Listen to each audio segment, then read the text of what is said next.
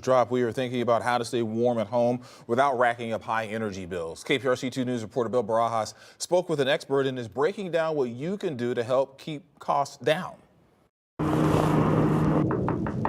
Larry Fleming, the owner of Accurate Home and Commercial Services, handles everything from home and commercial inspections to energy efficiency. He's been doing it for 28 years. Right. So the safety of the inhabitants of homes is the #1 inspector concern. So where do we go from here?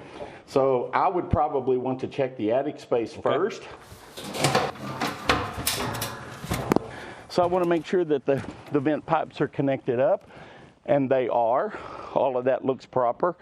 That being said, I'm going to look at the duct work, make sure we're not losing any heat out in the attic, that the ducts have been properly sealed, that they've got mastic around them, and that there's not an open duct that's just leaving or pushing heat out into the attic space.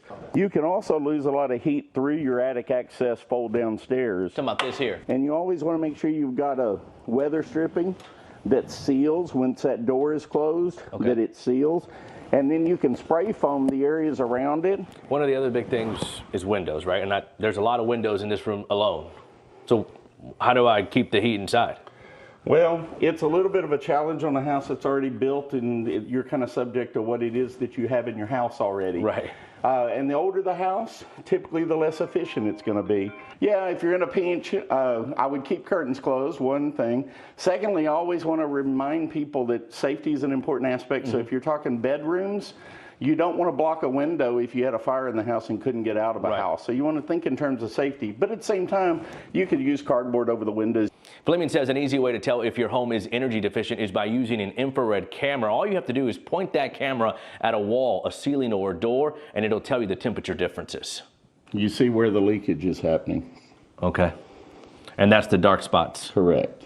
That's one of the reasons why doors and windows are weak areas, and you want to make sure they're insulated well. If you are losing a lot of air, those quick fixes include weather stripping and then the towels maybe in a pinch. Yeah, okay. Exactly. Fleming says those are just a few of the things you can do while trying to keep your house warm and save on energy costs. He was quick to point out that while covering windows or doors with cardboard or towels, that you never block an exit in case of an emergency. Now, for a complete list of all these tips, you can go to our website, click2houston.com.